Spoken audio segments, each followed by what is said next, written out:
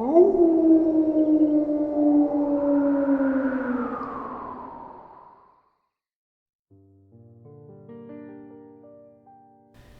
was almost 4 o'clock in the afternoon, and the large, suburban Edwin McDonald High School had just let out for the weekend.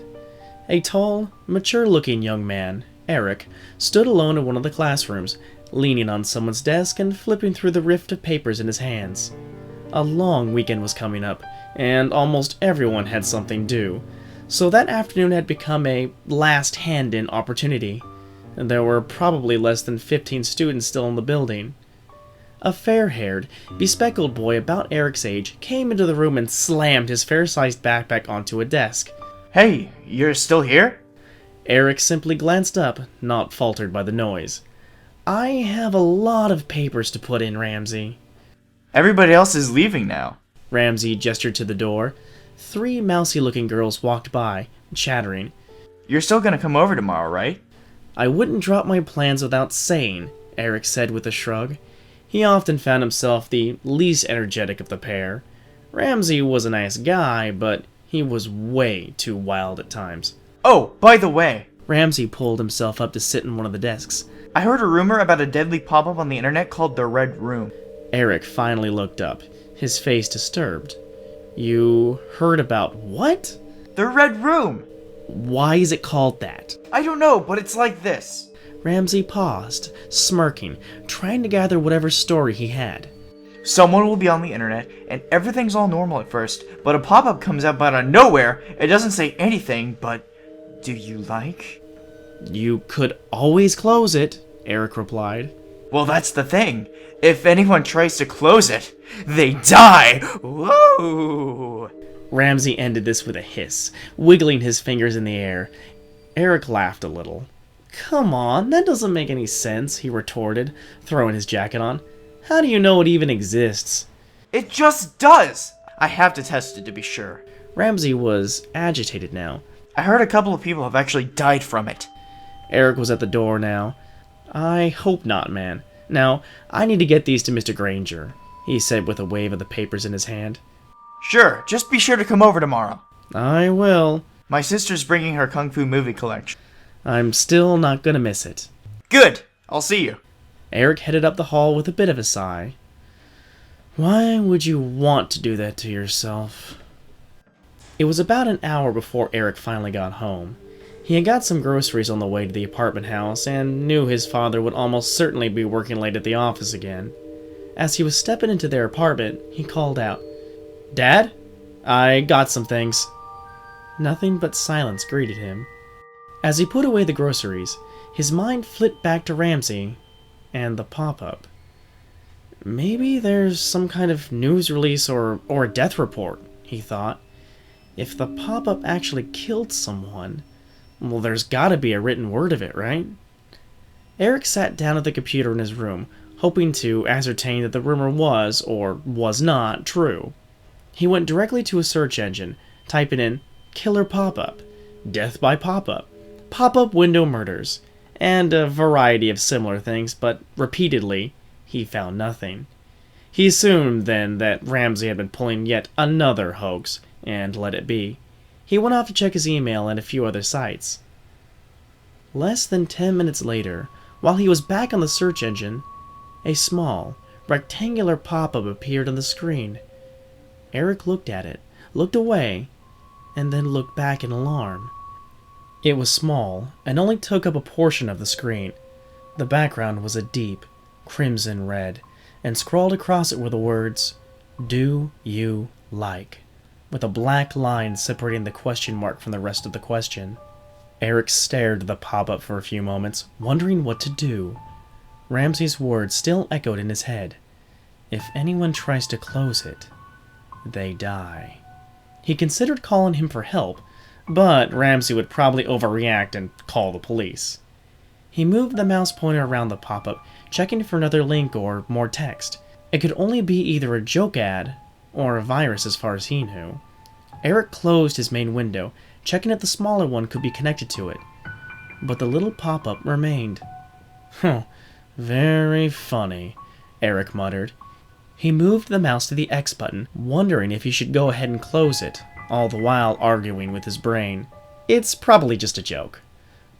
But what if I really am going to die? This apartment is small. I'd hear if anyone was coming in. And how could they find me? Finally, he clicked the X, slowly and uneasily. It disappeared from the screen. Eric looked at the floor, expecting someone, or something, to leap out and attack him. Nothing happened. He looked up again and prepared to shut off the computer. But the pop-up appeared again, this time with the sound clip of a girl's voice saying, "Do you like?"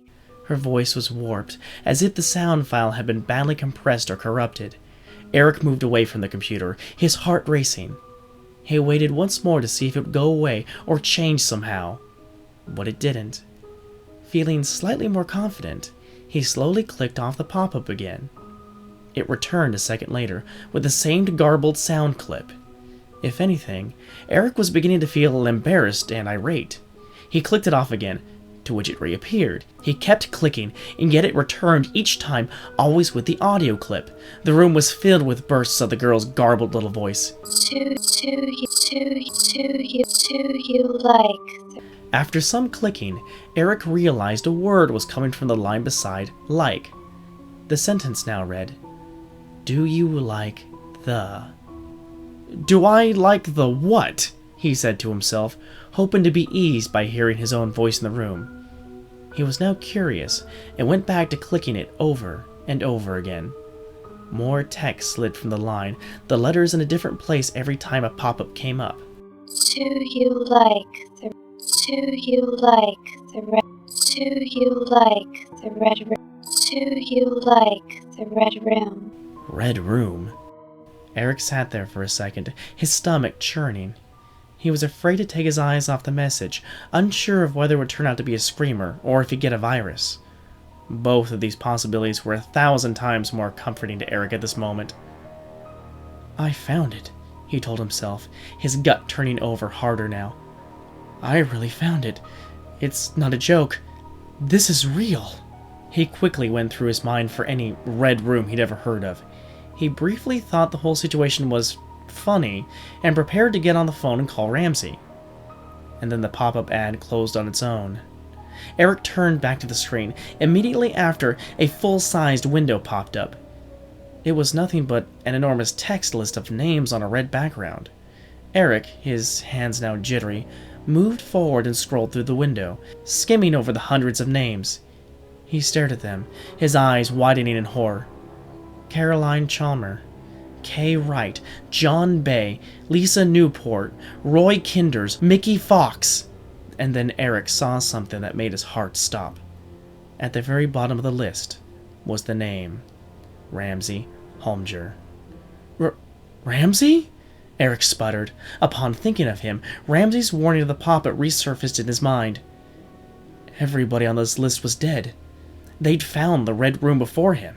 Eric thought he was going to cry, and something inside him was telling him to run straight to the front door and get as far away from that monitor as he could. But he couldn't move. All he could do was sit there, shivering, eyes locked onto the red and black space that was Ramsey's name. Eric almost swore he could feel the sensation of cold, singeing breath on the back of his neck.